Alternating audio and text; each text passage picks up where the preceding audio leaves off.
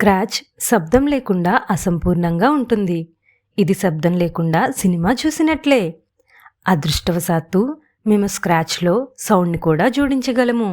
అవి మీ సృష్టికి ఉత్తేజాన్ని కలిగించే మ్యూజిక్ లాగా ఉంటాయి. మన సృష్టికి ధ్వనిని ఎలా జోడించవచ్చో చూడడానికి నేను వేచి ఉండలేను. ఇప్పుడు చూద్దాం. ధ్వనిని జోడించడానికి స్క్రీన్ కుడివైపున చూడండి. అక్కడ మీరు బ్యాక్డ్రాప్ చిహ్నాన్ని కనుగొంటారు. బ్యాక్డ్రాప్ని సవరించు అనే చిహ్నంపై క్లిక్ చేసి ఆపై ధ్వని విభాగాన్ని ఎంచుకోండి. దొరికింది. కానీ నేను ఉపయోగించాలనుకుంటున్న నా సొంత ధ్వని లేదా రికార్డింగ్ ఉంటే ఏం చేయాలి? మీరు చాలా వేగంగా నేర్చుకుంటున్నారు. మీరు ఉపయోగించాలనుకుంటున్న ధ్వనిని కలిగి ఉంటే సౌండ్ లైబ్రరీలోని అప్లోడ్ సౌండ్ అనే బటన్పై క్లిక్ చేయండి. మీ కంప్యూటర్ నుండి సౌండ్ ఫైల్ను ఎంచుకోండి మరియు ఇప్పుడు మీరు దానిని ప్లే చేయవచ్చు.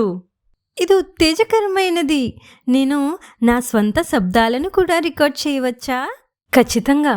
మీరు స్క్రాచ్లో మీ వాయిస్ని జోడించాలనుకుంటే మీరు సౌండ్ లైబ్రరీలోని రికార్డింగ్ సౌండ్ అనే బటన్పై క్లిక్ చేసి మీకు నచ్చిన దాన్ని రికార్డ్ చేయడానికి మీ మైక్రోఫోన్ని ఉపయోగించవచ్చు.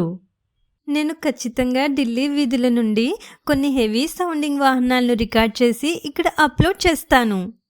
అలాగే నా అభిమాన సంగీత విద్వాంసుడు ఏఆర్ రెహమాన్పై ప్రాజెక్టులను రూపొందించడం గురించి ఆలోచిస్తున్నాను.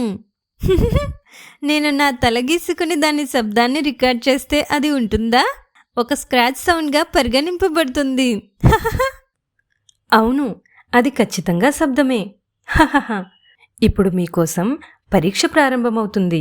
మీరు బ్యాక్డ్రాప్ని, దుస్తులను మార్చగలరా? మరియు ఈ కార్యకలాపాలలో సౌండ్ని జోడించగలరా?